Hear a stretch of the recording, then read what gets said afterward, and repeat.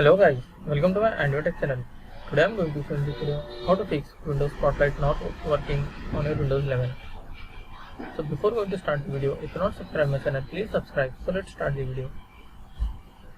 Guys, if your Windows Spotlight not working, then I will show you a simple method to resolve this issue.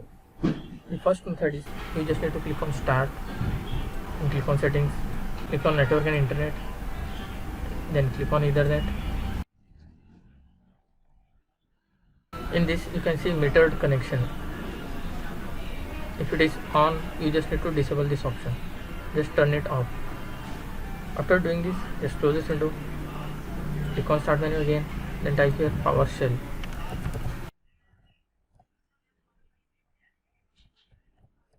Click on Windows PowerShell, run as administrator.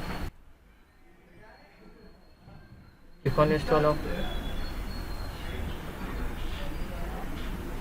Just copy the first command from my video description link and paste it. Then hit enter. You just need to open the command prompt. Just click on Start menu, then type here CMD. Just right click on command prompt and click on Run as administrator. Click on Yes to allow. Then copy the second command and paste in the command prompt.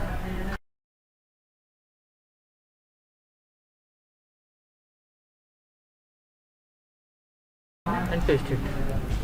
Then hit enter. Copy the second command and paste it here.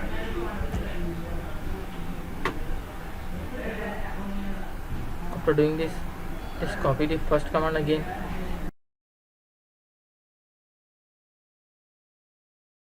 and paste it here.